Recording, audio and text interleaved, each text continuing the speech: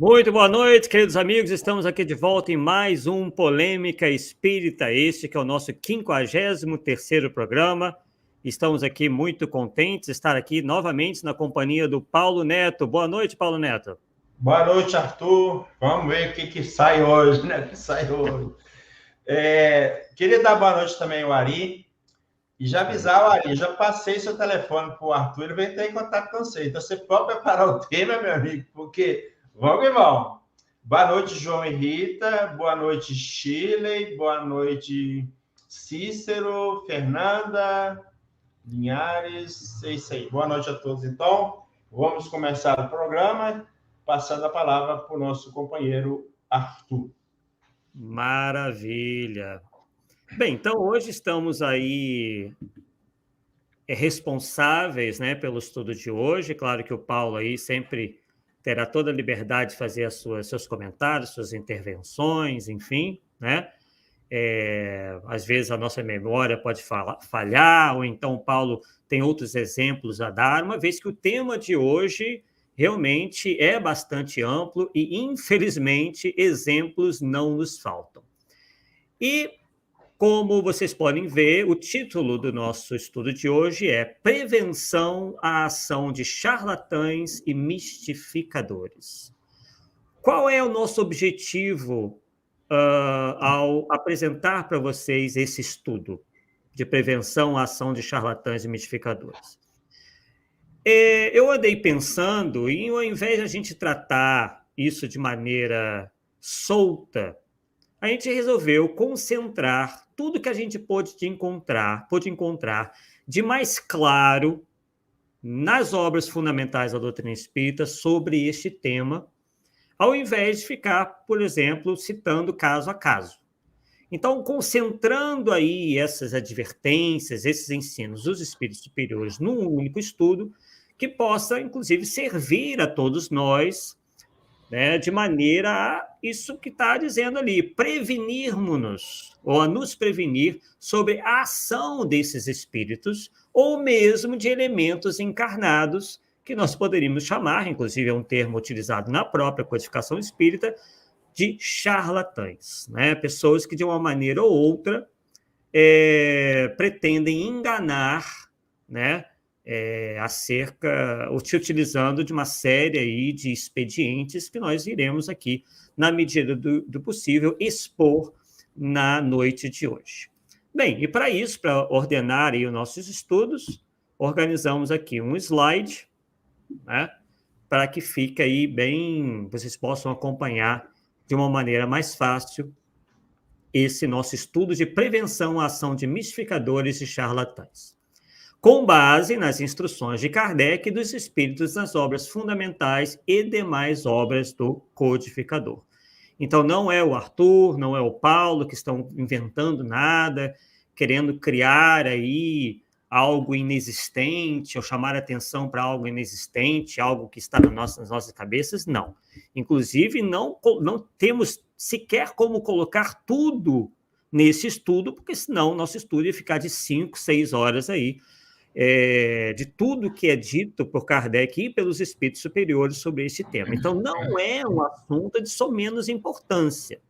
Infelizmente, nosso movimento espírita tem tratado esse tema como sendo de somenos importância, como se todos nós estivéssemos numa cúpula super protegidos contra essas ações, e elas efetivamente não ocorram, né?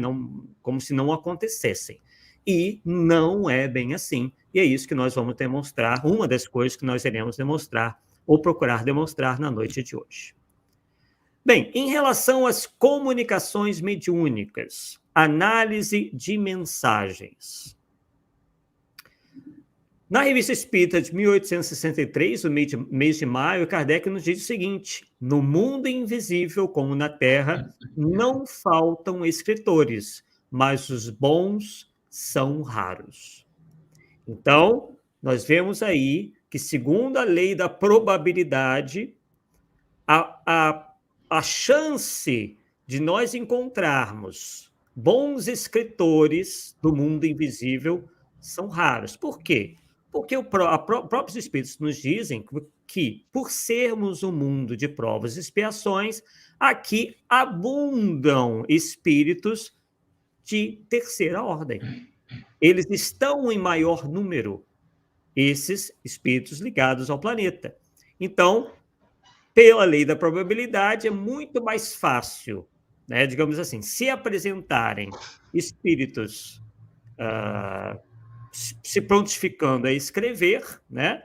Então, não faltam escritores, mas os bons são raros. E aí nós nos deparamos com alguns comentários de Allan Kardec que fazem menção, por exemplo, à nossa escala espírita. E ali consta o seguinte: mas há também os meios sábios, falsos sábios, presunçosos, sistemáticos e até hipócritas.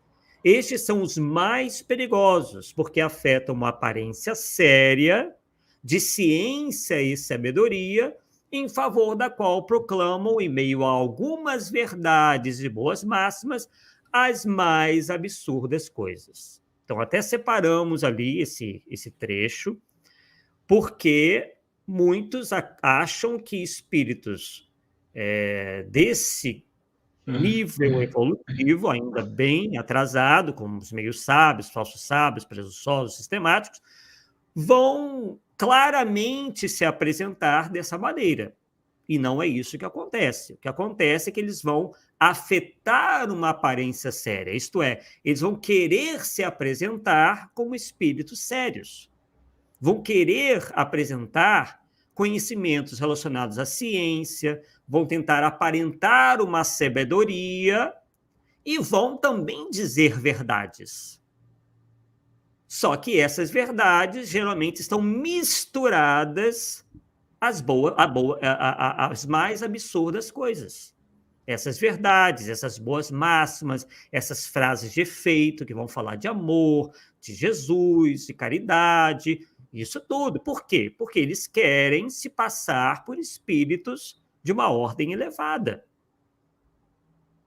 E aí vem o convite de Allan Kardec dos espíritos superiores, que separar o verdadeiro do falso, descobrir a trapaça oculta numa cascata de palavras bonitas, desmascarar os impostores, eis, sem contradita, sem contradição, uma das maiores dificuldades da ciência espírita. Então, estamos vendo, pessoal, que isso não é um trabalho tão fácil.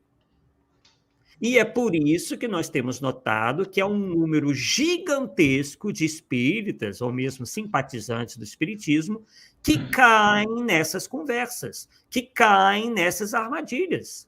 Por quê? Porque não sabem separar o verdadeiro do falso. Acham que descobrir a trapaça oculta numa cascata de palavras bonitas e desmascarar os impostores é falta de caridade, é falta de tolerância, enquanto não é. Kardec e os espíritos superiores nos convidam a fazer esse trabalho. Agora, nós temos que estar preparados. É por isso que nós damos aqui a nossa humilde contribuição, né, de tentar apresentar, de procurar apresentar esses princípios para vocês, né, para que, baseados nesses princípios, nessas informações, a gente possa se premunir, possa ter a capacidade de nós mesmos fazer esse trabalho, fazer essa distinção, fazer esse filtro, não ficar dependendo da opinião do ciclano, do fulano, do ciclano, não. Cada um de nós deve estar capacitado para pegar uma obra multiúnica, por exemplo, e verificar, não, essa obra aqui é boa, essa obra aqui não é. E não há falta de caridade nenhuma em fazer essa distinção. Tá? Então, muita gente fica nessa, né, com medo, receosa de fazer esse trabalho. Paulo, quer dizer alguma coisa? Sim. Embora o foco central do que você vai falar, pelo que está aparecendo, em relação a espíritos desencarnados, vamos deixar bem claro, eu acho que muitas das coisas que você vai falar aplica-se também a espíritos encarnados. Sem dúvida, vamos falar dele. Que se fazem passar por gurus, que inventa moda, que fulano é ciclano, e vai para fora. Então tem tudo a ver. Exatamente, nós vamos falar deles. Mas, para o final, a gente vai meio que dar nome aos bois, sem citar nomes, né? Mas vamos dar aqui situações, né? Algumas dicas finais, né? De assuntos, né? Enfim, sinais que a gente tem que ficar realmente atentos, né? E que são assim para acender a luz amarela, ou sinal amarelo, ou até mesmo o sinal vermelho, né? Mas, obviamente, a gente tem que fornecer aí aos aqueles que nos acompanham, os elementos, né, para, enfim, ajudar todo esse processo. E aí temos ali pegamos essa palavra, né, verborrágico, né? Porque essa é uma característica desses meios sábios, falsos sábios, né? E verborrágico é justamente aquilo, se refere à verborragia, que se utiliza de muitas palavras para dizer coisas incongruentes ou insignificantes. Que possui excesso de palavras sem importância, né? Então, verborreico. Então, essa é uma das características, né? Espíritos ou mesmo elementos encarnados muito verborrágicos. Eles gostam de se utilizar de muitas palavras, geralmente muito floreadas, né? Justamente para, já que não tem muito fundo, né? Não tem muito conteúdo, eles tentam florear para mascarar essa falta de conteúdo com uma beleza, né? Uma aparência de coisa muito bonita, muito, né? Como nós temos aqui, muito evangélica às vezes, ou muito pura. Então, são artifícios sutis, por vezes, que a gente tem que realmente ficar atento. Allan Kardec, na Revista Espírita de 1863, em maio, nos diz o seguinte: que uma coisa pode ser excelente em si mesma, muito boa para servir de instrução pessoal, mas o que deve ser entregue ao público exige condições especiais. Infelizmente, o homem é inclinado a supor que tudo o que lhe agrada deve agradar aos outros. O mais hábil pode enganar-se. Tudo está em enganar-se o menos possível. É o que acontece. Às vezes, um divulgador encarnado, ele mesmo achou um determinado ditado muito, muito bom, né? Que para ele pode servir muito bem como instrução pessoal, mas ele não atenta, às vezes, que o que deve ser entregue ao público exige certas condições. Vamos falar disso daqui a pouco. Condições que o próprio Kardec comenta, né? Então, qual é a situação ideal? É que antes de colocar uma obra espírita para ser vendida, que ela passe pelas mãos de várias pessoas preparadas para esse mistério, conhecedoras da doutrina espírita, para que elas deem a opinião. Então, a chance, né, daquela obra, que no caso seja ruim, alcançar as prateleiras, acaba diminuindo bastante. Claro que pode ser que passe uma ou outra, mas as chances realmente diminuem, porque não ficam adstritas à opinião de um só, e sim à opinião de várias pessoas. Ok? Vamos lá. Sim, pode falar. Agora você entende por que eu fico mandando os textos para você, né? Exatamente para isso, para ter um filtro. Para outras pessoas também, da sua confiança, como, por exemplo, né? O nosso amigo que está aqui. O Ari, né, de vez em quando a gente manda, o Thiago, tem uma turma que sempre manda os textos. Exatamente. Eu acho que é o melhor caminho, cara. Não tem jeito. Sem dúvida, sem dúvida. E aí nós chegamos, né, no chamado controle universal do ensino dos espíritos, onde Kardec, na Revista Espírita, de 1865, nos diz: Segue-se que a opinião de um espírito sobre um princípio qualquer não é considerada pelos espíritas senão como uma opinião individual. Então, a mesma coisa que nós falávamos sobre os elementos encarnados também vale para os espíritos. E o que acontece, infelizmente, dentro do nosso movimento espírita? Um espírito falou uma coisa, todo mundo abraça, sem que haja aquilo uma confirmação, porque às vezes ele traz uma certa novidade na sua mensagem e todo mundo já abraça de primeira, enquanto que se deveria aguardar o consenso universal, né, para que aquilo seja efetivamente aceito, né? Então, opiniões individuais têm importância relativa, né, para o espiritismo. Claro que isso vai depender muito do assunto e tudo mais, mas isso é uma instrução mais geral, né, de que quando um único espírito traz uma informação que nos pareça contrária a tudo que os outros disseram, então a gente já tem que, pelo menos, ficar com o pé atrás. Não condenar, né, porque também pode ser algo precipitado, na maioria das vezes, mas também não aceitar, não abraçar, sem aguardar uma confirmação, sem que aquilo efetivamente se mostre verdadeiro. Então, considerado pelos espíritos, senão como opinião individual, que pode ser justa ou falsa, e não tem valor senão quando é sancionada pelo ensino da maioria, dado sobre os diversos pontos do globo. O Paulo, por exemplo, geralmente faz isso, né? Quando ele foi tratar, por exemplo, da questão das colônias espirituais, ele correu atrás, ele chegou à conclusão que, por exemplo, ao contrário do que muitos diziam, que essa ideia de colônias espirituais teria surgido com André Luiz, enquanto, na verdade, descrições muito semelhantes, no geral, já haviam sido passadas por espíritos e também por elementos encarnados muito antes de André Luiz. Arthur, inclusive, existe um erro aí, porque a maioria das pessoas acha que quem falou primeiro sobre colônias foi André Luiz. Na verdade, não foi André Luiz, foi a Maria João de Deus, no livro Cartas de uma Morta, publicado em 1935. E hoje eu tenho 18 obras anteriores a Cartas de uma Morta que falam de alguma coisa no mundo de construções no mundo espiritual de uma forma generalizada. Não específica igual a André Luiz, mas de forma generalizada. Então, para mim, esse caso já passou pelo controle. É o que Kardec está falando ali. Sim. Das chamadas construções fluídicas, né? Perfeito.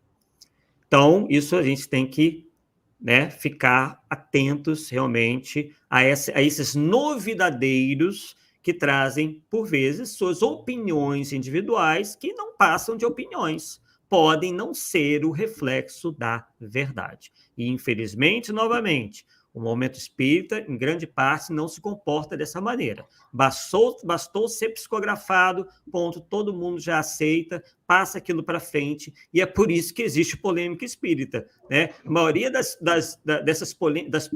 polêmicas do movimento espírita são oriundas dessa postura de tudo aceitar sem exame. E aí temos lá a seguinte frase, né, de Kardec: é preciso que se saiba que o espiritismo sério se faz patrono com alegria e apressuramento de toda obra realizada com critério, qualquer que seja o país de onde provém, mas que igualmente repudia todas as publicações excêntricas. E, infelizmente, pessoal, o nosso mercado editorial espírita está simplesmente contaminado e lotado dessas publicações excêntricas. Coloquei até alguns exemplos históricos aí para vocês. Algumas dessas obras são bastante antigas, como Vida de Jesus, ditada por ele mesmo, né, que é de um médium português. Tem também outro médium português que disse ter recebido mensagens de Maria de Nazaré, onde ela descrevia a vida em Saturno, esse segundo livro aí que eu estou mostrando aí. livros como Projeto Contato ou A Vida no Planeta Marte, os discos voadores de Ramatiz, né, com as suas novidades sobre o planeta Marte, que na década de 50 colocou o movimento espírita em polvorosa, e depois tudo aquilo foi desmentido pelas sondas que não encontraram aquelas paisagens físicas que Ramatiz descrevia. Ou então livros como Senhores da Escuridão, com toda uma série de sensacionalismos. Enfim, só alguns exemplos aí. E aí, encontramos na Revista Espírita de 1863, mês de maio, o seguinte: inferimos que a proporção deve ser mais ou menos geral. Por aí pode julgar-se da necessidade de não publicar inconsideradamente tudo quanto vem dos espíritos, se quiser atingir o objetivo a que nos propomos, tanto do ponto de vista material quanto do efeito moral e da opinião que os indiferentes possam fazer do espiritismo. Então, o que Kardec está nos dizendo? Que a gente não pode sair publicando tudo que apareça e que venha dos espíritos. Por quê? Porque a gente foge dos nossos objetivos, inclusive do efeito moral, porque muitas vezes essas obras distorcem até mesmo a moral espírita, que nada mais é que a moral de Jesus, só que ampliada. E, inclusive, isso tendo reflexos na opinião pública, como está dizendo ali, da opinião que os indiferentes possam fazer do espiritismo. Então, obras que essas, como eu mencionei, e tantas outras, quando vão parar nas mãos de pessoas que não conhecem o espiritismo, acabam servindo aí de contrapropaganda do espiritismo. Elas fazem uma propaganda prejudicial ao espiritismo. Então, temos que ter muito cuidado com isso. Todos os espíritas que de coração vigiam para que a doutrina não seja comprometida, perceba que é o próprio Allan Kardec que diz isso, no livro Viagem Espírita, em 1862. Então, ele tinha essa preocupação, E diz lá, que nós temos que vigiar para que a doutrina não seja comprometida. E, novamente, o que nós, na maioria de nós, temos feito? O que nós temos feito? Temos nos escondido atrás de uma falsa caridade, de achar que a gente não pode se utilizar do senso crítico para fazer esse trabalho, que pode ser individual e coletivo, de análise de livros, de análise de mensagens, de análise do que médiuns e espíritos têm dito por aí. Então, todos os espíritos que de coração vigiam para que a doutrina não seja comprometida devem, pois, sem hesitação, denunciá-las. Tanto mais porque, se algumas delas são produtos de boa-fé, outras constituem trabalhos dos próprios inimigos do espiritismo. Para o movimento espírita, de maneira geral, onde estão esses inimigos? Se são todos vistos como amigos. Vamos questionar isso. Será que todas essas obras que são publicadas estão em conformidade com a doutrina espírita? Mas não é assim que são vistas, não são assim que são encaradas. Basta ir para o prelo, basta serem publicadas que pronto, o pessoal sai aceitando sem questionamento algum. Então, a gente vê, aí que Kardec nos avisa acerca dessa tática dos inimigos do espiritismo, que é justamente de se infiltrarem em nosso meio, com que fim? E ali é que ele diz, que visam desacreditá-lo e poder motivar acusações contra ele. Então, está bem claro que o espiritismo tem esses inimigos e que o objetivo deles é desacreditar o espiritismo, para poder motivar acusações contra ele. Que acusações? O espiritismo não é coisa de gente séria. O espiritismo é místico. O espiritismo está ligado com ideias falsas, com mentiras, é coisa do diabo, enfim, né? Esse tipo, né? Ou então, quando cai nas mãos de materialistas, né? Essas pessoas ficam realmente completamente desacreditadas porque encontram em obras ditas espíritas uma série de problemas científicos, né? Uma série de inexatidões que, né, que realmente aí eles têm boa razão em criticar. Nós vamos aqui, inclusive, dar alguns exemplos mais para o final. Eis porque, diz Kardec, repito, é necessário que saibamos distinguir aquilo que a doutrina espírita aceita daquilo que ela repudia. E o movimento espírita tem feito o quê? Tem repudiado alguma coisa? Não, tem abraçado tudo. Nós temos feito um trabalho lá no nosso canal, inclusive já apresentamos aqui, sobre espiritismo e ufologia. As mais absurdas coisas são ditas nesse meio e os espíritas abraçando tudo. Bora, vamos trazer para cá. E trazem tudo de fora para cá, para dentro do movimento espírita. Ao invés de tentarem fazer o oposto. Pô, vamos levar o espiritismo para eles? Quem sabe, né? Dar o espiritismo dando a sua contribuição até mesmo para pessoas com pensamentos diferentes, né, dos nossos.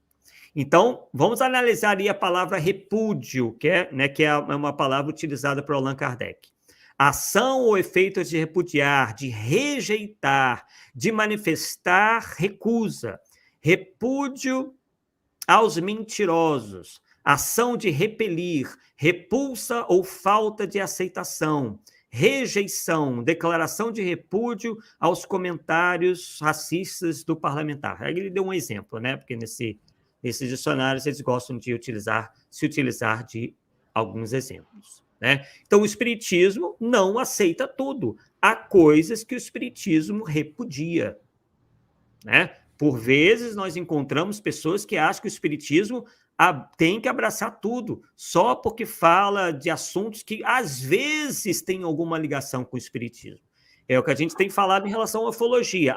Eles acreditam na pluralidade dos mundos habitados. Pronto, nós vamos aceitar tudo, todas as teorias da ufologia. Não é bem assim. Se fosse assim, então o Kardec nem precisava codificar a doutrina, porque as doutrinas orientais já falavam de reencarnação, já falavam de muitos desses princípios, né? Então, mas não, o espiritismo tem os seus princípios, tem as suas explicações próprias e tem que se manter aí nesta unidade, porque senão, como diz Erasto, né, a unidade da doutrina sendo afetada, todo o movimento espírita também o será. Arthur, às vezes eu uso uma frase para Sim. tentar mostrar essa diferença.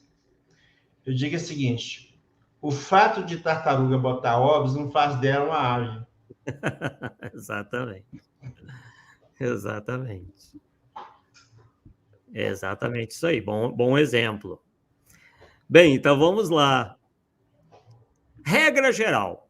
Todo espírito que liga mais importância à forma do que ao fundo é inferior. É um pouco relacionado àquilo que nós falamos, né? Ele quer apresentar as coisas de uma forma muito bonita, mas quando a gente vai analisar, tem ali uma heresia científica, tem ali algum princípio dissolvente. É o que nós encontramos no rustanguismo. Quando nós lemos, inclusive, já fizemos esse estudo, né? Eu e o Paulo já fizemos esse estudo do rustanguismo aqui no Polêmica Espírita, né? Quando nós vamos ler a obra de Rustem, ela só fala coisas boas, ela só ensina coisas boas. A questão é que, em meio a essas coisas boas, eles colocam lá os chamados princípios dissolventes, como, por exemplo, o corpo fluídico de Jesus, né? E até mesmo a metempsicose está lá apresentada, dizendo que o espírito que foi ateu numa encarnação reencarna num corpo de criptógamo carnudo, que seria uma espécie de lesma. Então, para vocês verem aí o absurdo. Então, regra geral, todo espírito que liga mais importância à forma do que ao fundo é inferior e não merece nenhuma confiança, ainda mesmo se de tempo em tempo disser algumas coisas boas. Então, perceba que coisa boa, pessoal, qualquer um diz. Isso não pode ser motivo para que a gente baixe a guarda, a gente deixe o nosso senso crítico de lado. O senso crítico tem que estar ligado 24 horas por dia. Claro, isso não pode virar uma obsessão, de você ver coisas onde elas não existem. Né? Então, todo exagero é prejudicial, não é para criar também nenhuma mentalidade de também que tudo que é ditado é uma tramóia, se está criando aí, todos os espíritos estão mancomunados para... Não se trata disso, tem que se analisar caso a caso. Tem gente que, por exemplo, acha que toda a literatura mediúnica até hoje é proveniente de uma mistificação. Isso também é um exagero. Né? Se as pessoas ficam premonidas sem ao menos conhecer aquilo que é dito de maneira profunda. Então, vem lá alguma coisa com os quais não concordam, né, Paulo? E já sai logo condenando. Não é isso? Exatamente. Não é assim, né? As coisas têm que ser feitas, né, de uma maneira sensata, sem precipitação, né? E aí, então, continua dizendo, porque essas coisas boas que esses espíritos dizem, como, por exemplo, temos o caso aí do Rustem, podem ser um meio de sedução.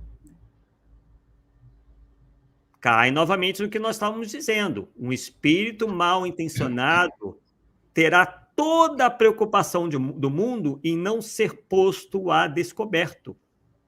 Ele sempre vai tentar se fazer passar por um espírito elevado. Só que a gente tem que ter, né, o mecanismo, ter o conhecimento para poder identificar, porque ele sempre deixa, essa classe de espíritos sempre deixa sinais ali, às vezes até muito sutis, de que não estão bem intencionados.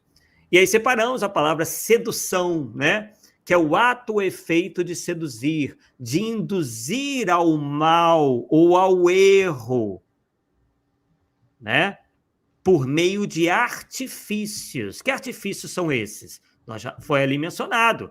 Dar mais importância à forma, florear demais, tentar falar bonito demais, para dar uma aparência de superioridade que, na verdade, quando nós esprememos o paninho, não sai uma gota sequer. Né? O espírito, para ser elevado, ele não precisa se utilizar desse artifício. Pelo contrário, geralmente são sucintos, eles são diretos no falar, não ficam, né, floreando demais. Eles têm essa capacidade de dizer as melhores coisas em poucas palavras. Okay? Então, sedução quer dizer atração, né? Exercer um fascínio, né? Enfim, tentar aí seduzir. Então, vamos lá. Arthur, em relação à sedução, a gente pode até incluir uma coisa aí. Sim. Alguns espíritos, muitas vezes querendo enganar, eles usam o nome de espíritos conhecidos. Por exemplo, não sei se você vai falar aí, mas na Revista Espírita, no Livro dos Médiuns, no capítulo 31, nas mensagens apócrifas, Kardec vai transcrever duas mensagens que a assinatura é Jesus. Você lembra disso? Aí ele faz a análise. Será que Jesus tem uma linguagem empolada? Desse jeito não tem. E ele questionou e não aceitou, vem de papo. Pronto. E tem que ficar lá atento para isso também, né? Exatamente. Nós vamos falar, inclusive, desses espíritos que utilizam de nomes, né, pomposos, de figuras históricas importantes. Sem dúvida, não é boa lembrança. E aí, né, nós mostramos essas duas fotos aí, mais ou menos para mostrar um retrato do que nós geralmente vemos nas livrarias espíritas, nos centros espíritas que possuem livraria, né, que é uma avalanche de obras, né, que, quando analisadas, né, quando a gente tenta encontrar ali alguma coisa realmente compatível com a grandeza do espiritismo, nós muito pouco encontramos. né? Isso fez com que o ensino espírita se diluísse, né? Hoje as pessoas conhecem muitos personagens dos romances, dos mais variados romances, nada contra o estilo, esse estilo literário, essa classe de livros, esse tipo de livros em si só, né? Há romances, sim, de qualidade. No entanto, os de qualidade ruim é que tem efetivamente tomado o mercado, né? Com frases feitas, até com erros mesmo de linguagem, pobres, né? Uma literatura paupérrima, que é quase como uma autoajuda, e que trazem descrições paupérrimas também no mundo espiritual. A gente vê que, por vezes, em alguns casos, está ali um encarnado tentando imaginar como é o mundo espiritual. Nós conhecemos algumas obras assim, né? Que inclusive foram denunciadas aí nos bastidores como sendo de espíritos, na verdade não eram, né? Porque se descobriu o filão, né, da curiosidade que as pessoas têm em saber como é o além, e aí, né, algumas pessoas começaram a escrever essas obras como se fossem de espíritos, e a gente vê ali uma tentativa de até imitar o estilo de André Luiz, né? Só que de uma maneira muito menos responsável, né? Muito menos, uma qualidade muito inferior, né? E aí, como que Kardec atuaria nos dias de hoje? Vamos ver como que ele atuou, né? Como que ele trabalhou em relação às comunicações que lhe eram enviadas. Ele diz o seguinte, que aplicando esses princípios de ecletismo às comunicações que nos enviaram, diremos que em 3.600 há mais de 3.000 que são de uma moralidade irreprochável. Então perceba que 3.000 tem uma moralidade irreprochável. Segundo os critérios que hoje vigem no movimento espírita, todas essas obras seriam publicadas. Por quê? Porque tem uma moralidade irreprochável. Nada dizem de mal em si próprios, por si sós. E Kardec diz, e excelentes como fundo. Mas que desse número não há 300 para publicidade.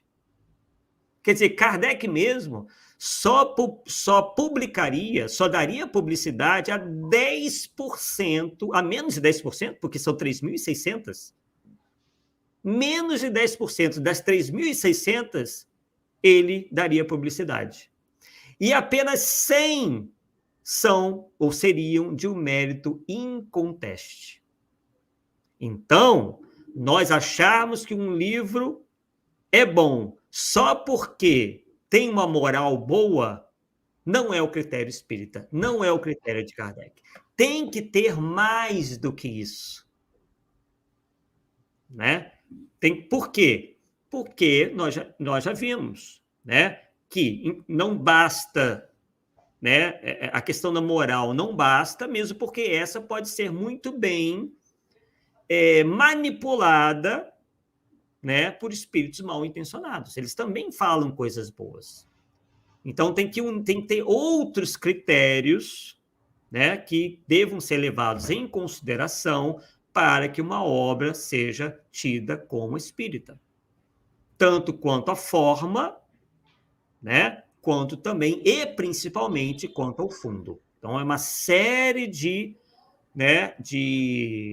pontos que têm que ser analisados. Não é só porque diz coisas boas, fala de amor de Jesus e caridade, não é assim. Então, vimos ali os percentuais. Ó, aprovadas foram só 8,3%, que são esses 300 aí para publicidade, e que contém um mérito inconteste, apenas 2,8% foram aprovadas por Kardec. Reprovadas, 91,7%, né?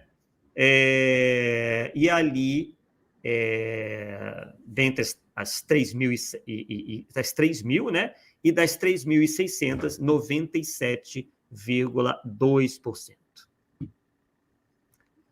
E qual seria, pessoal, a postura ideal esperada dos espíritas? Vamos ver. Diz Kardec em Um Livro dos Médiuns, mas nunca será demasiado repetir.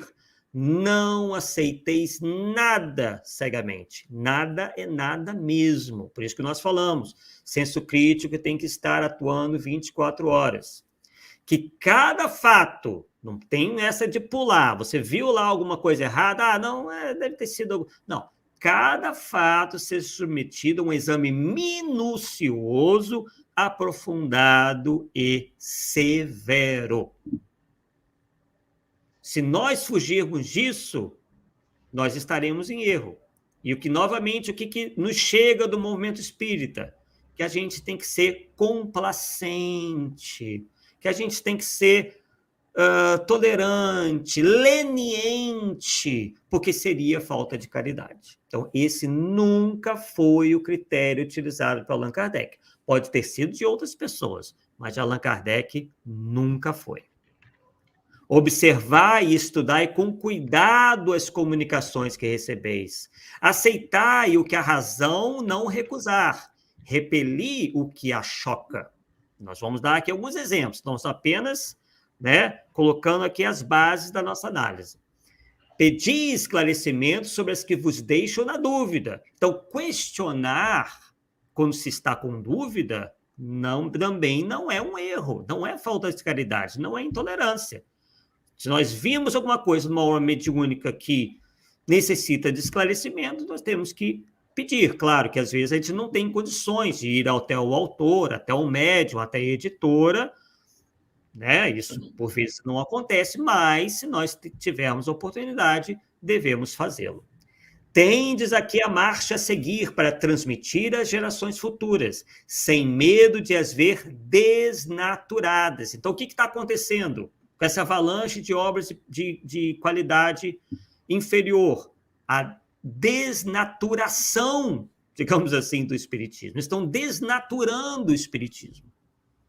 À medida que se afastam das obras sérias para dar vez e voz a obras e a espíritos e a elementos divulgadores encarnados pouco comprometidos com o espiritismo. Estão comprometidos com suas ideias, com os seus interesses pessoais, com as suas ideologias, mas não com o espiritismo.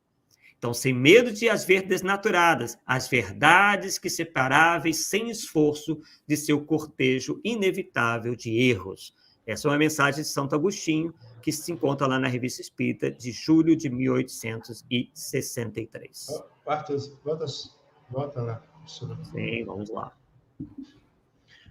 Esse trecho aí, aceitar o que a razão não recusar. Então, está mais aí no sentido que as pessoas falam, isso tem lógica, isso não tem, né? Eu queria chamar a atenção disso aí, porque quando diz aí que a gente trabalhar a lógica, não está falando a minha lógica, está falando do consenso, a lógica do consenso.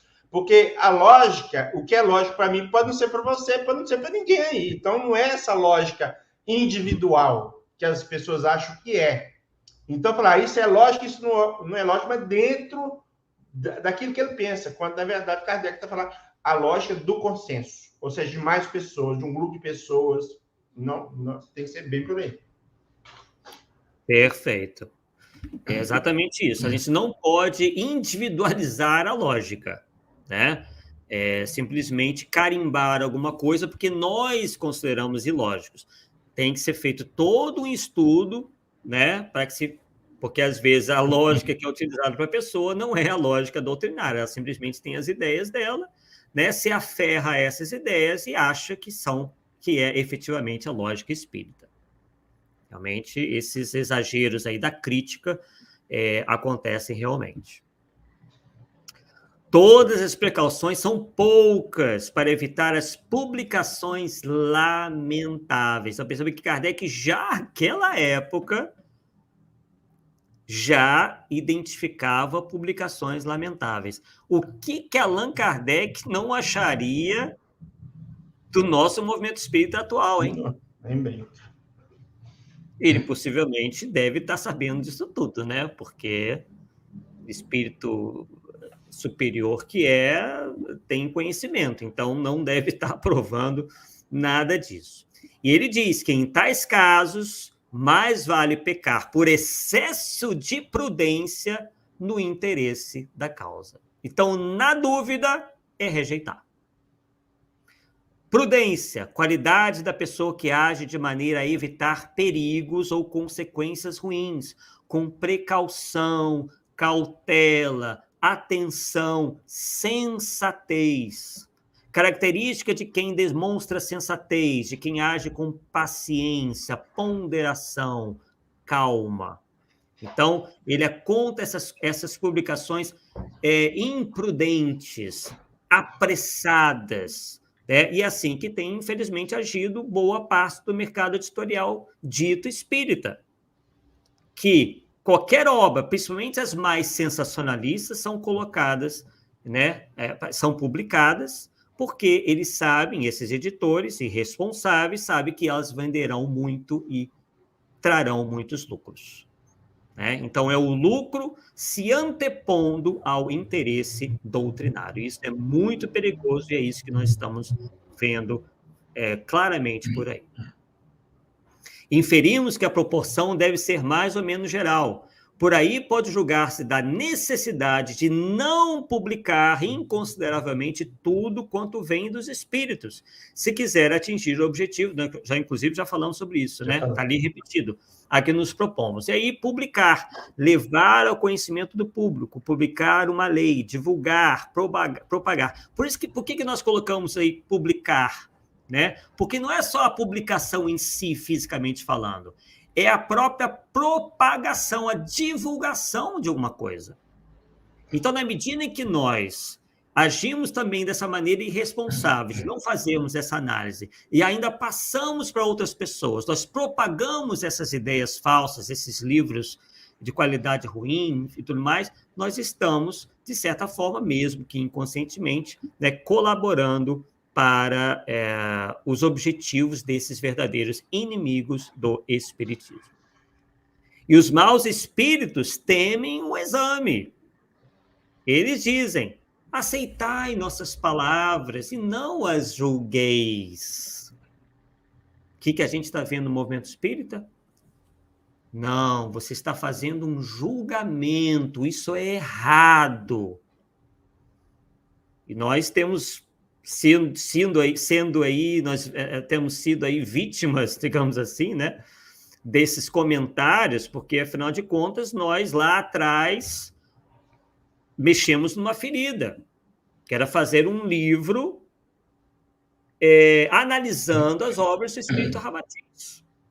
E hoje continuamos aí com esse trabalho, analisando outros trabalhos, analisando outras publicações, outras ideias que têm surgido dentro do movimento espírita, ou que mesmo surgem fora e acabam vindo para o movimento espírita. A maioria das vezes as pessoas nos veem assim, de uma maneira um pouco negativa, meio que de lado, achando que alguns dizem, você é um inquisidor reencarnado, um intolerante. Enquanto que são os maus espíritos que temem o exame. Porque os bons não têm nada a temer. São os maus espíritos que dizem para aceitar as palavras deles e não julgá-las. Não são os bons. Então, e aí ele prossegue Kardec: se tivesse a consciência de estar com a verdade, não temeriam a luz. O hábito de escrutar, vamos falar sobre essa palavra aqui, as menores palavras dos espíritos. Então, perceba que é um trabalho minucioso. Não é para sair lendo uma obra, só ler. Tem que analisar, palavra por palavra, palavras de Kardec.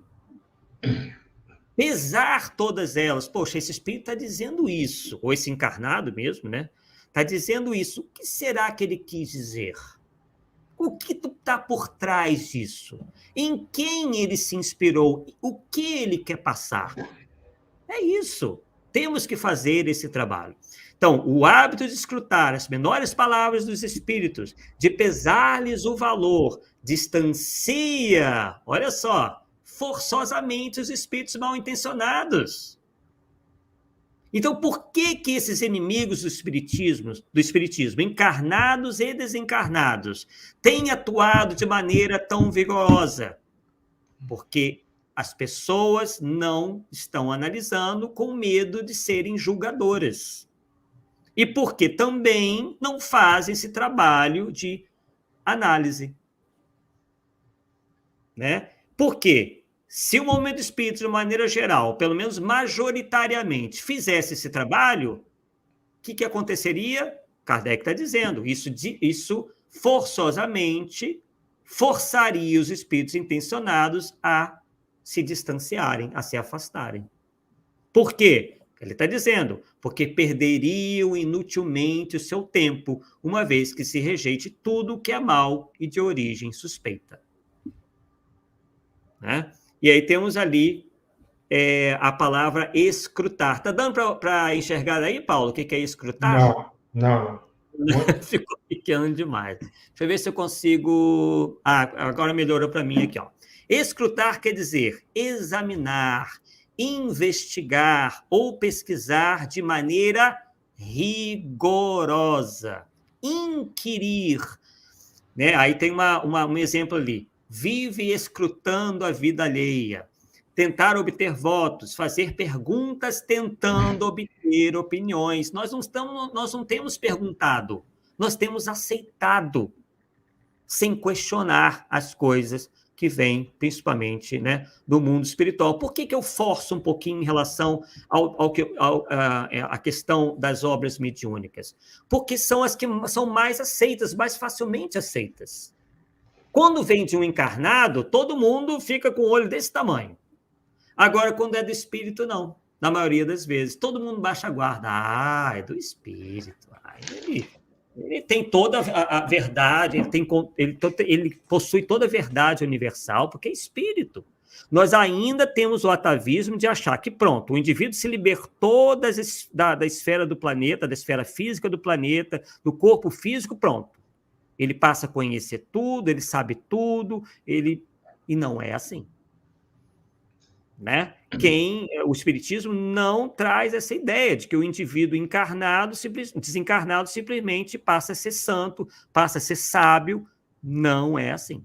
Né? Ele ainda, a falta que o corpo físico lhe faz é praticamente nenhuma em termos de evolução espiritual. Ele continua sendo o mesmo que era aqui na Terra. Então vamos lá. Mas quando se aceita cegamente tudo o que dizem, que se coloca, por assim dizer, de joelhos diante de sua pretensa sabedoria, fazem o que fariam os homens. Disso abusam. É o que nós temos visto. Nós aceitamos cegamente o que esses indivíduos encarnados e desencarnados nos dizem e nos colocamos de joelhos diante dessas pretensa sabedoria dos mesmos. E aí está criado o cenário perfeito, o cenário ideal para eles, porque eles aí, então, vão abusando cada vez mais. E o que a gente tem visto aí é uma escalada dessas táticas, né? Dessa tática, já que as pessoas estão cada vez menos se utilizando desse senso crítico. E aí vemos ali, né, destacamos a palavra cegamente. Qual é o sentido disso? Sem avaliar por conta própria, sem questionar, sem refletir, irrefletidamente. Aí tem uns exemplos ali, obedeceu cegamente, confiou cegamente, sem ter conhecimento. Então perceba como que o conhecimento é importante, porque o conhecimento vai fazer com que nós não sejamos cegos. Ao contrário, nós passamos a enxergar com muito mais clareza. Né? Então, perceba, né, Kardec era um homem de letras, né? Então ele sabia escolher muito bem as palavras. É muito interessante essa característica de Allan Kardec. E aí nós temos, se a perfeita identificação dos espíritos, em muitos casos, uma questão secundária, quer dizer, por que Kardec diz aqui na perfeita identificação dos espíritos? Saber efetivamente quem é aquele espírito, por exemplo, o nome daquele espírito. Isso é uma questão secundária. Porém, não se dá o mesmo com a distinção entre espíritos bons e maus. Então, muita gente fica querendo saber nomes, enquanto, na verdade, o principal é saber qual a posição que aquele espírito ocupa da escala espírita. Se ele é o espírito bom ou se ele ainda é o espírito mau, isto é, inferior, ainda voltado, ainda apegado às coisas da matéria, a uma moralidade inferior, enfim. Sua individualidade pode ser-nos indiferente, mas a sua qualidade jamais. Então não adianta o espírito se ornar de nomes importantes. O importante não é o nome que o nome com que o espírito se apresenta, mas sim o conteúdo, a qualidade daquilo que ele comunica, aquilo que ele diz. Em todas as comunicações instrutivas, é sobre esse ponto que devemos concentrar nossa atenção, pois só ele pode nos dar a medida da confiança que podemos ter no espírito manifestante, seja qual for o nome com que se apresente. Pode ser João, Maria, qualquer nome, isso é irrelevante. Claro que ele se apresenta como Jesus, né, como Paulo aqui bem lembrou lá nas mensagens apócrifas, aí realmente, opa, né? Temos que aí já ficar pelo menos atentos, porque, né, um espírito dessa qualidade, desse nível, não vai estar se apresentando a qualquer um, né? Então, mas se ele se apresenta com um nome qualquer, mas se a sua comunicação possui uma série de erros, né? Contém imprecisões, contém indícios de inferioridade, então isso sim é que vai nos interessar. Então, seja qual for o nome com que se apresente, o espírito que se manifesta é bom ou mal? A que grau da escala espírita pertence? Essa questão capital. Então, isso é que é o mais importante. Saber identificar se aquele espírito manifestante onde ele está, em qual grau ele ocupa da escala espírita. Aí nós mostramos ali, né, a terceira ordem, espíritos imperfeitos, o lado esquerdo, que são os batedores e perturbadores, neutros, pseudo-sábios, levianos e impuros. Na segunda ordem, são os bons espíritos, superiores, de sabedoria, sábios ou benévolos, e também benévolos. E os de primeira ordem, que são os espíritos puros. Então, vamos lá. Então, pessoal, é para a gente meditar em cada ponto, né, que a gente está aqui apresentando. Os espíritos só enganam os que se deixam enganar. Mas é preciso ter os olhos de joalheiro para distinguir a pedra verdadeira da falsa. E quem não sabe distingui-la, procura um lapidário. Então, por vezes, nós, no nosso orgulho, na nossa vaidade, de acharmos que dominamos tudo, que conhecemos tudo, achamos que somos imunes a sermos enganados. Isso fere o nosso orgulho, a nossa vaidade, né? Ninguém quase admite que foi enganado. Estou falando até mesmo da nossa vida aqui cotidiana mesmo, né? Por exemplo, alguém que é enganado por um charlatão qualquer, por um picareta, né?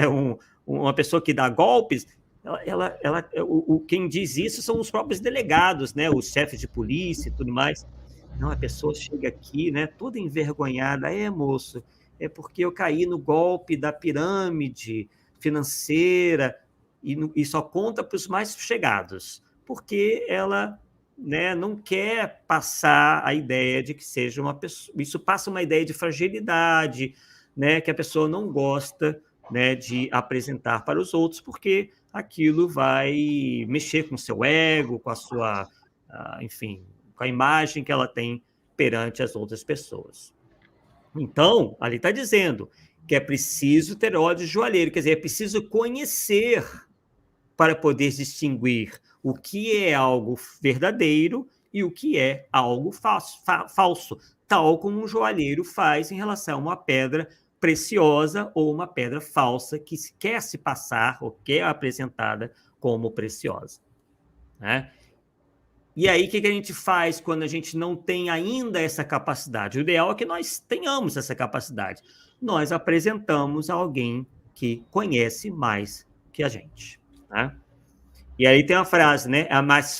Do Mark Twain: é mais fácil enganar as pessoas do que convencê-las de que elas foram enganadas. E nesse trabalho que a gente fez, quem nos acompanha faz, né?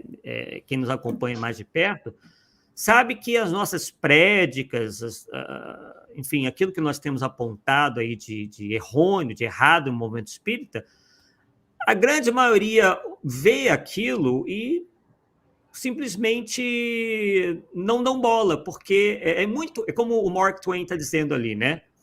Que é mais fácil enganar as pessoas do que convencê-las de que elas foram enganadas. Uma vez a pessoa enganada, é muito difícil ela voltar atrás e admitir que foi enganada, pelos motivos que nós aqui apresentamos, né? Orgulho ferido, orgulho próprio, enfim. Os bons espíritos nunca ordenam, não se impõem, aconselham. Se não são escutados, retiram-se. Já os maus são imperiosos, dão ordens, querem ser obedecidos e não se afastam, haja o que houver. Todo espírito que impõe trai a sua inferioridade. E a gente tem visto aí na internet, né, alguns indivíduos que têm se apresentado como médium, recebendo um espírito atrás do outro, né, e a gente percebe ali, analisando essas comunicações, que são espíritos que querem ordenar, eles querem se impor, né, eles querem, de qualquer forma, ser escutados, que os outros aceitem os seus ditados sem crítica. E aí, né, quem tem acompanhado aí alguns desses trabalhos e dessas apresentações, vem que a primeira coisa que eles fazem é que quem criticá-los, esses espíritos mesmos dizem, né? Quem criticá-los está julgando, está sendo anticaridoso, está sendo antifraterno. Então, todo espírita que impõe trai a sua inferioridade. São exclusivistas e absolutos em suas opiniões. Pretendem ter o privilégio da verdade. Exigem crença cega e jamais apelam para a razão, por saberem que a razão os desmascararia. Quer dizer, o que eles fazem? Eles dizem, vocês têm que aceitar com o coração. Vocês têm que aceitar o que eu digo pelo sentimento, porque esses aí que ficam se utilizando da razão são intolerantes, que eles são pessoas que perseguem, são antifraternas. Né? Então, muito cuidado aí com esse tipo de abordagem. Não se deve julgar da qualidade do espírito pela forma material, nem pela correção do estilo. É preciso sondar-lhe o íntimo, analisar-lhe as palavras, pesá-las friamente, maduramente e sem prevenção. Qualquer ofensa lógica, a razão e a ponderação não pode deixar dúvidas sobre a sua procedência, seja qual for o nome com que se ostente o espírito. Percebe que o Kardec, em outro momento, falando exatamente a mesma coisa, apenas mudando algumas palavras. Os bons espíritos não lisonjeiam, aprovam o bem feito, mas sempre com reserva, isto é, com moderação. Os maus prodigalizam exagerados elogios. Temos visto aí, inclusive, né, quem nos acompanha, num canal onde um jovem se apresenta aí como um missionário, né, um autêntico missionário. Fizemos até um estudo recente sobre ele lá no nosso canal, Arthur Azevedo Difusão Espírita, onde ele sempre manifesta espíritos que o ficam elogiando o tempo inteiro. É a coisa mais interessante, porque a gente vê aqui que o que Kardec dizia é a plena verdade. né? Os próprios espíritos que esse médium recebe, dizendo que ele é a encarnação de um espírito já milenar, que nem precisaria estar aqui no meio de espíritos primitivos como nós, coisas verdadeiramente absurdas. Temos aqui uma série de pessoas assistindo a nossa live que não podem até nos desmentir, né? Ou até confirmar aquilo que nós estamos falando, né? Então, esse é um dos sinais. Se esses espíritos começam a elogiar demasiadamente, estimulando o orgulho e a vaidade, embora pregando humildade, então esses espíritos não podem ser bons, né? Então, pregam humildade e procuram exaltar a importância pessoal daqueles a quem desejam captar. Isso também tem acontecido. Eles dizem que aqueles que os seguem, aqueles que aceitam o que eles estão dizendo, são pessoas que já estão preparadas, são os despertos. Quem não aceita é que está cego, ou que não está vendo nada, ou que é intolerante, ou que ainda é atrasado. Nós temos visto isso. E esse canal, né, com esse médium, nós temos acompanhado o crescimento deles na internet e é exponencial. Tem crescido em número de inscritos e de visualizações mais do que a Rai TV. Para vocês terem uma ideia, sendo que a Rai TV lança aí o quê? 10 a 20 lives por dia. E, né, uma pessoa só, um médium só, pelo conteúdo sensacionalista da sua abordagem, tem atraído milhões e milhões, né, milhares e milhares, já está chegando aos milhões já, de pessoas, infelizmente. Né? O que é a lisonja? É a ação, o efeito de lisonjear, enaltecer exageradamente. Elogio feito com o intuito de bajular.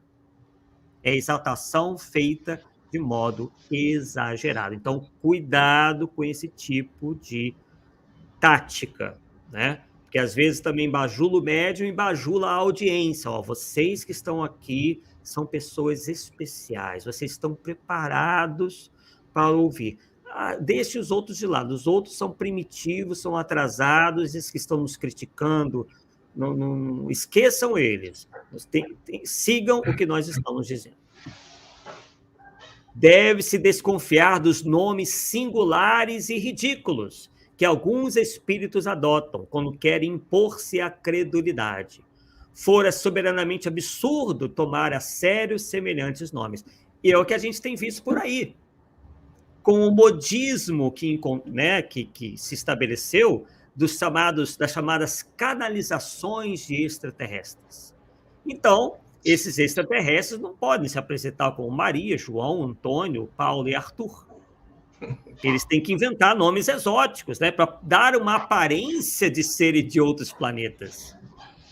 Né? Então, nomes, às vezes, até difíceis de pronunciar, ou até mesmo impronunciáveis, né? Exóticos, né? E até ridículos, para passar uma ideia, né, acerca da sua possível grau evolutivo, da sua origem, né, da origem extraterrestre, né, porque, afinal de contas, vindo de outros planetas superiores, então eles estão acima de tudo e de todos aqui da Terra. Deve-se igualmente desconfiar dos espíritos que com muita facilidade se apresentam. É o que nós estamos vendo na internet hoje. O indivíduo lá, o médium, o suposto médium, canalizador, como eles às vezes se chamam, marcam uma live e o espírito, na hora da live, se apresenta com uma facilidade. Ele faz assim, pronto, o espírito se apresenta na mesma hora da live. Né? Quer dizer, uma facilidade impressionante. O espírito está sempre ali. Ou é o ET, o tal ET, né? Que também tem isso, e os tais espíritos. O médium faz assim, pronto, e está ali sempre para dar uma entrevista, está sempre ali para se apresentar junto com o médium, dando nomes extremamente venerados. Isso acontecia muito na época de Kardec. Hoje o pessoal já está maneirando um pouquinho, porque né, as pessoas já estão mais premonidas em relação a nomes venerados. E não lhes aceitar o que digam, senão com muita reserva. Aí, sobretudo, é que uma verificação severa se faz indispensável, porquanto isso não passa muitas vezes de uma máscara que eles tomam para dar a crer que nos achamos em relações íntimas com os espíritos excelsos. Por esse meio, lisonjeiam novamente a vaidade do médium e dela se aproveitam frequentemente para induzi-lo a atitudes lamentáveis e ridículas. Claro, se eles não dominarem o médium, não tem comunicação. Se o médium perceber que está sendo enganado ou que aquele é um espírito mistificador, ele não vai colaborar. Então, ele tem que exaltar a vaidade do médium para conquistar a confiança daquele médium. Conquistar até mesmo um sentimento. Né? Pô, quem é que não gosta de ser elogiado? Né? É uma falha nossa, de espíritos inferiores que ainda somos. Né? Nós gostamos de ter o nosso ego, né, inflado. Quem é que não gostaria de saber que foi um espírito, né, uma figura muito importante do passado? Né? Então, a maioria de nós tende a cair nessa verdadeira esparrela, onde esses espíritos tentam nos lisonjear para nos conquistar. Os conhecimentos de que alguns espíritos se enfeitam, às vezes com uma espécie de ostentação, não constituem sinal da superioridade deles. A inalterável pureza dos sentimentos morais é, a esse respeito, a verdadeira pedra de toque. Então, né, alguns espíritos gostam, né, de se enfeitar com alguns conhecimentos ditos elevados, como, por exemplo, conhecedores de condições de vida em outros planetas, conhecedores de soluções para os problemas econômicos e sociais do planeta, fórmulas que deveriam ser seguidas para se constituir, para se alcançar determinado objetivo. Enfim, há uma série aí, né, de mensagens, de instruções que esses espíritos gostam para angariar a confiança das pessoas. E ostentação, o que é isso? O ato, o efeito de ostentar, manifestação, exibição vaidosa. Né? Quer dizer, eles gostam de se exibir, né, para aí tentar convencer os mais incautos. Espalhafato, alarde, aparato, pompa, luxo, magnificência. Esses são todos os significados da palavra, os sinônimos da palavra ostentação. Bem, estamos chegando ao final do nosso estudo, onde prometemos algumas recomendações mais diretas, né? Baseado na nossa atualidade, né? Mas, claro, mais diretos do que Allan Kardec é impossível nós sermos. Só que Kardec viveu em outra época e presenciou outras táticas, embora elas não tenham mudado muito em essência. Né? Talvez uma abordagem aqui ou ali possa se diferenciar, né? Como, por exemplo, como nós falamos aqui, o talmudismo do extraterrestre se apresentando. A princípio, na época de Kardec, não tinha isso. Né? Tinha lá o espírito Mozart, mas se apresentou como Mozart mesmo, encarnado em Júpiter, mas sem trazer nenhuma consideração exótica, nada disso. Né? Se apresentou como um espírito que já passou pela Terra e que, naquele momento, estava encarnado em Júpiter. Né? Então, não diz que vem um disco voador, não trouxe nada de exótico. Né? Então, vamos lá. Recomendamos especial cuidado com, número 1, médios e indivíduos que se intitulam missionários e ou reencarnação de figuras importantes ou conhecidas do passado. Gente, até pouco tempo atrás, se isso acontecesse, o movimento espírita, na mesma hora, eu acredito, rechaçaria algo assim. Mas o que nós temos visto é que, com o empobrecimento do conhecimento doutrinário, há muitos ditos espíritas, ou pessoas que são simpatizantes do espiritismo, que têm caído nessas armadilhas, né? De quase veneração a qualquer um que se diga aí a reencarnação de alguma figura importante ou conhecida do passado, né? E que se arvoram aí em grandes missionários. Esse médium que eu me referi há pouco, né? Que tem alcançado aí vultuosos números aí no YouTube, né? Com suas mistificações, é um deles, né? Que se acha aí, que se diz aí um espírito missionário, se disse ali reencarnação, por exemplo, de Hércules, não, de Sansão, do profeta Ezequiel e tantos outros aí. Número 2, médiuns que só recebem espíritos tidos como de alta elevação. Então, isso também merece cuidado, né? Se o espírito só recebe profetas da Bíblia, espíritos, né, conhecidos como elevados, então, vamos ver aqui se realmente isso condiz com a realidade. Vamos analisar o conteúdo dessas mensagens, vamos analisar esse médium, vamos ver como é que é a conduta dele. É uma conduta vaidosa? Então já é um mau indício. Médiuns que dizem canalizar extraterrestres, né, porque essa tem sido uma tática recente. O espírito se apresenta como extraterrestre porque ele quer dar uma ideia de superioridade sobre todos os demais, né?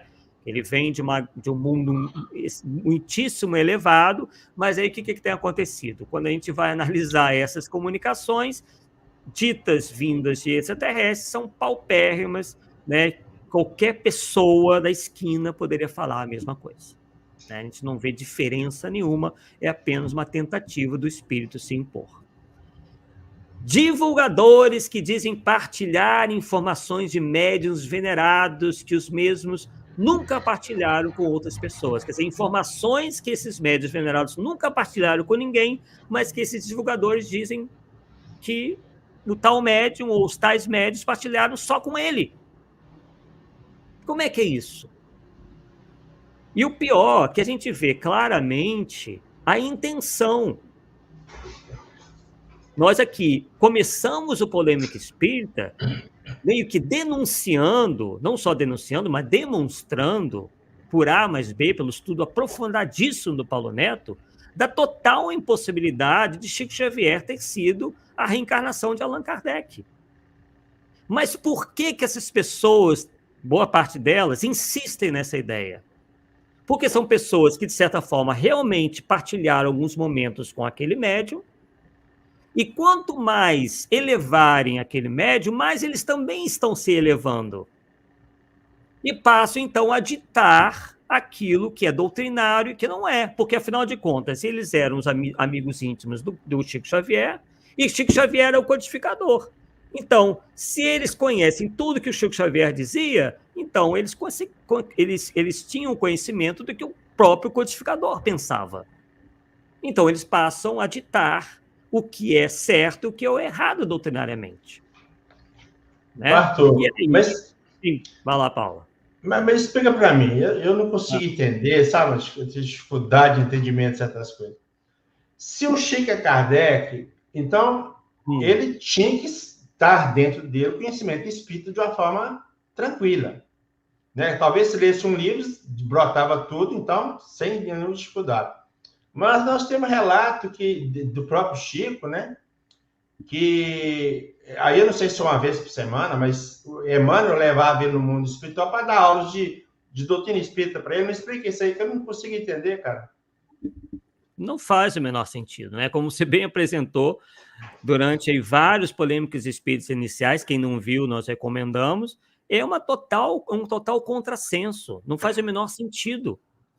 Né? Um outro espírito ensinar o próprio codificador sobre doutrina espírita, ainda forçá-lo a estudar, dizer que ele ainda nada sabia sobre o espiritismo e que precisava estudar, o que, aliás, é um bom conselho, mas seria um bom conselho para quem não é um codificador, né? Então, enfim, você apresentou uma série, inúmeras contradições que a razão simplesmente não aceita e que faz desmoronar essa tese maluca que é feita por pessoas que querem surfar na boa imagem que o médium Chico Xavier tem na grande parte do movimento espírita. Então, a gente vê as intenções, né, pervagando, né, por fora ali daquele discurso aparentemente muito simpático, né, de querer promover o médium mineiro. Outra recomendação: relatos aterradores, superestimando os poderes de entidades ditas trevosas, como dragões, magos negros, exus, draconianos. Se está estabelecendo no meio espírita e espiritualista o convencimento pelo medo. Estão substituindo a figura do diabo por essas figuras aí, para tentar convencer as pessoas pelo medo. Olha, ou você faz isso, isso, aquilo, ou então os magos negros vão vir atrás de você. Os dragões também, ó, eles são terríveis, eles acabam com a vida da pessoa. Ou você faz isso, isso, isso, ou então acabou para você. Olha, você tem que trabalhar a sua mediunidade. Tem um mago negro atrás de você. Se você não desenvolver a sua mediunidade, ó, acabou.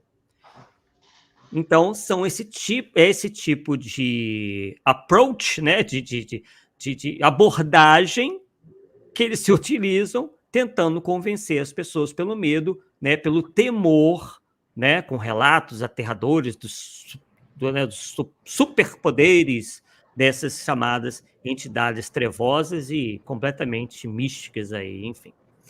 Descrições de viagens... outra coisa, nós temos que ficar atentos. Descrições de viagens interplanetárias ou intergalácticas, ou mesmo de outros planetas do nosso sistema solar.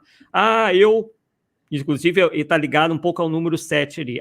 Eu estive em viagem astral em outros planetas, eu vi o universo, eu estive em outras galáxias e vi, é assim, assim, assado.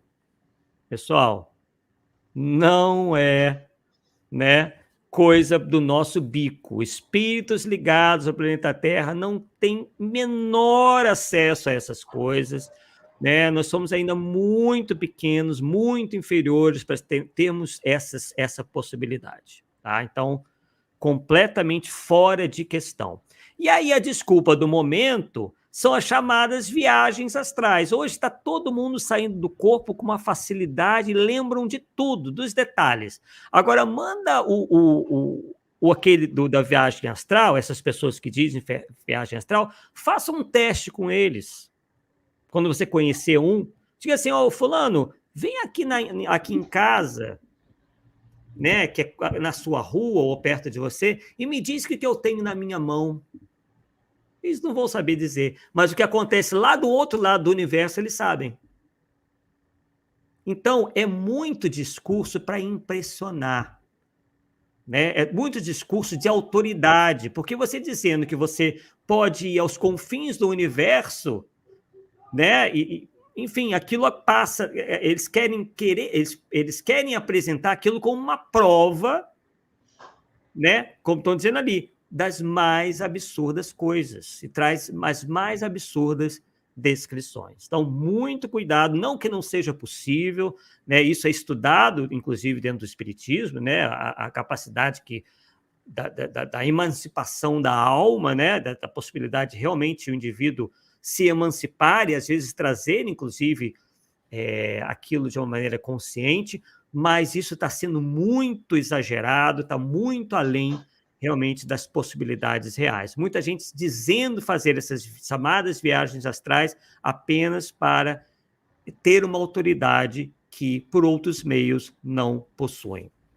8. Uso de termos esotéricos. Quando isso acontecer, já pode se premunir. Ou cientificistas, geralmente empregados para dar um ar de mistério e sofisticação. Mistério da parte esotérica, né? Que tem um vocabulário tudo muito rebuscado, uma terminologia, né? É energia para cá, é chakra para lá, enfim, né? Karma, todas as palavras, essas terminologias do esoterismo, que podem ser muito boas nesses pensamentos, mas que trazem concepções completamente, às vezes, distintas do espiritismo, têm alguma aproximação, mas não são necessariamente as mesmas coisas. E cientificista, quer dizer, algo que aparenta ter um ar científico, né? Tem um ar científico, mas sem ser verdadeiramente científico. Tá acabando. 9. Menção aos supostos continentes perdidos, como Lemúria, Atlântida, continente hiperbóreo, etc. Nas nossas pesquisas, a gente verificou, né, contou toda a história dessa tal Lemúria, dessa tal de Atlântida, continente hiperbóreo, são todas terras mitológicas, elas nunca existiram. Inclusive, foram até tidas como científicas, porque os cientistas não conseguiam explicar por que se encontravam, por exemplo, ossos, uma ossada de determinada raça, determinada espécie de dinossauros na América, e também se encontrava esses mesmos fósseis na África. Eles achavam que havia ali uma ponte continental, por exemplo, que ligava a África com o continente americano e que, por algum motivo, submergiu. Depois, com o avanço da ciência, se verificou que a América e a África, por exemplo, se compunham uma mesma faixa de terra e que foi, aos poucos, se afastando, né? Então, são explicações místicas que, até certo ponto, foram tidas como científicas, né, para explicar esse fenômeno, mas hoje já se tem aí bem claramente que são apenas elucubrações, são apenas teorias e concepções de ordem mística. 10. Citação de teorias conspiratórias e sem qualquer embasamento científico, como, por exemplo, da Terra Oca. Nós já apresentamos também, né, a tal da Shambhala. Eles acreditam que existe, que no interior oco da Terra, e o interior da Terra não é oco, né, a ciência já demonstra isso muito claramente, há uma civilização chamada de civilização intraterrena, né, que espera ocorrer uma espécie de apocalipse para se apresentar a nós que estamos aqui na superfície do planeta. Enfim, teorias completamente malucas, né? Então tem essa da Terra Oca, a Terra plana, que é bem conhecida, né?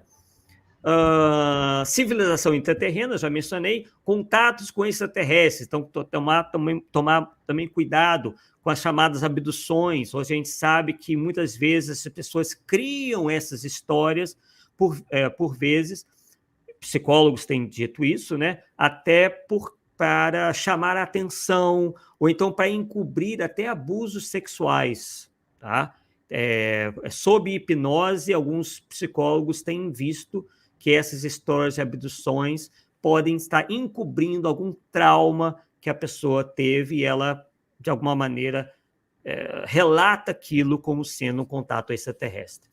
Pessoas que dizem viajar em discos voadores. Pessoal, se nós sairmos aqui da atmosfera do planeta sem o equipamento apropriado, nós morremos em menos de 30 segundos. Tá? Então, qualquer pessoa que diga aí que entrou no disco voador e foi parar lá em Marte, Saturno, Júpiter, Plutão e voltou, tá, enfim, ou mentindo ou tendo uma coisa alucinatória, porque subiu um pouquinho aqui no planeta Terra já é razão suficiente para o nosso organismo não aguentar. Nosso organismo está preparado apenas para sobreviver no planeta Terra. Saiu aqui da atmosfera do planeta, já era.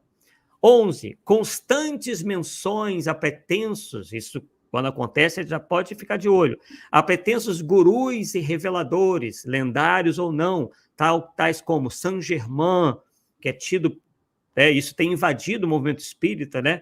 É uma ideia lá dos esotéricos que Saint-Germain, na verdade, hoje é o verdadeiro e atual governador do planeta, não é mais Jesus já se foi para outro planeta e agora é Saint-Germain que governa.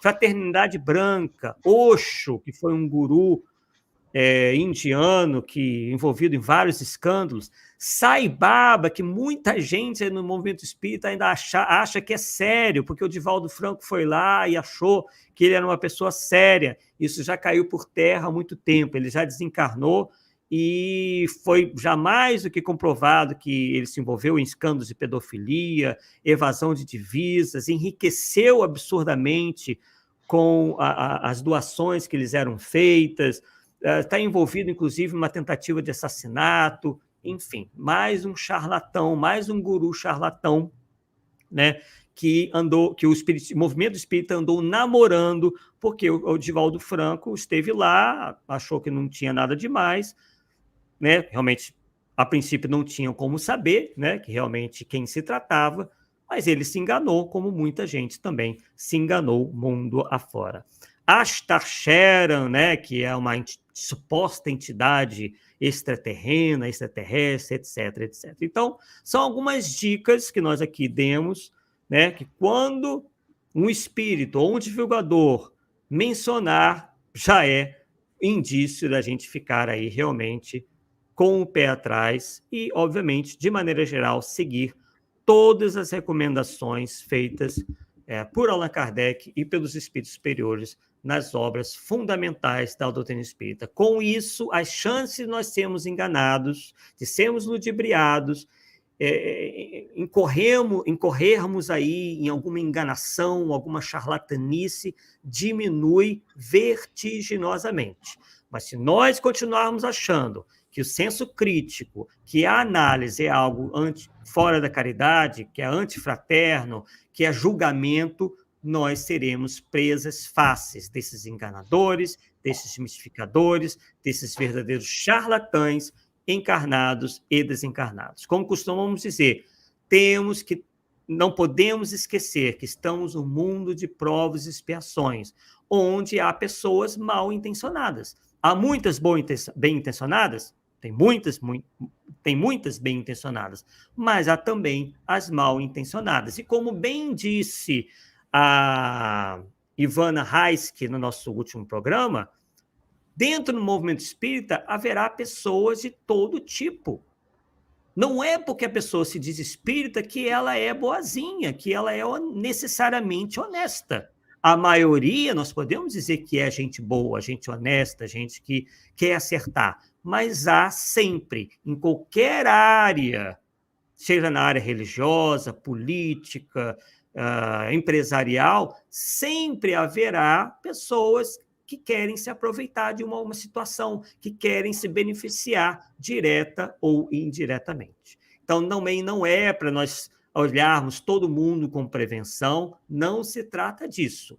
Eu, particularmente, sou daquela pessoa, né, tipo de pessoa que todo mundo é honesto até que se prove ao contrário.